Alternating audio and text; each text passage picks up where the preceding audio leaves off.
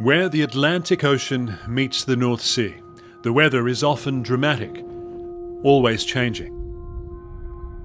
It rolls over Shetland, a group of British islands around 100 miles north of the Scottish mainland.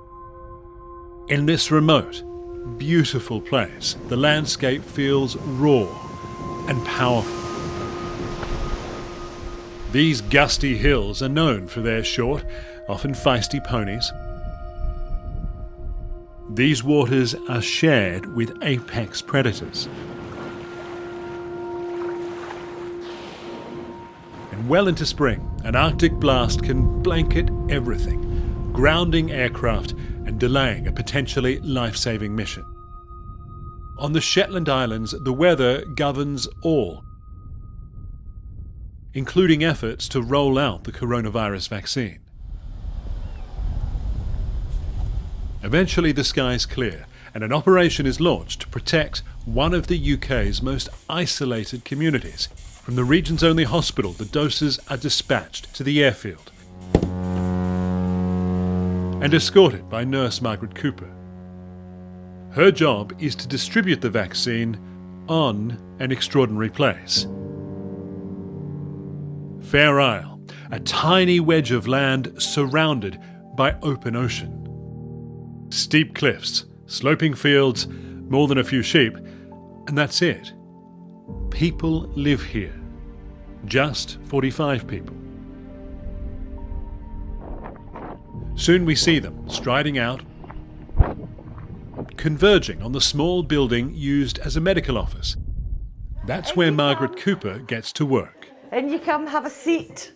A strong mix of jolly warmth, All the better for this glorious day. and no-nonsense efficiency. Sharp scratch. Sharp scratch. Sharp scratch. That's fine. There we go. That's you. And the residents of Fair Isle are grateful. How are you feeling today? The sun is shining. After a week of snow, we've had our second vaccines, and so, yeah, pretty good, pretty good. Unlike the rest of the UK, everyone here is getting vaccinated at the same time, regardless of age. Very happy to have had the second jab and very privileged because, in spite of my grey hair, I'm not that old.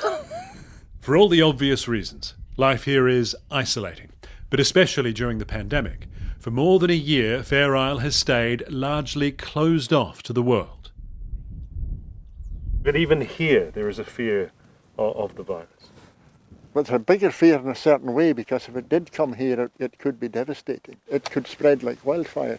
Jimmy Stout has spent most of his 77 years on the island. It's been very quiet. It's been like what it was when I was a child growing up here. And we're used to tourism now and people coming and going, but it's been very, very quiet.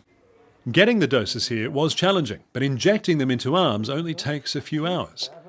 A small, fragile, remote community with limited medical facilities now has some peace of mind. Hi, how are you? Tommy Hindman is one of the last. He moved here from upstate New York 15 years ago. There are people all over the world who desperately want this vaccine. But here we are on Fair Isle, and you've got it. I think it's impressive because I thought Fair Isle would be the last place ever to get the vaccine.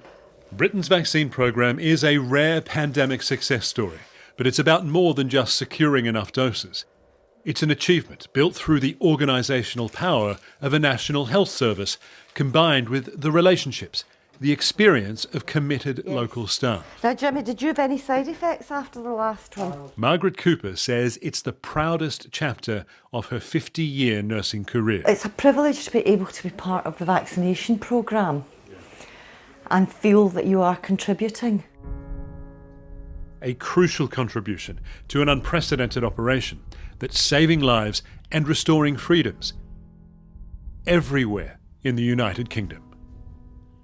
Phil Black, CNN, on Fair Isle, Shetland.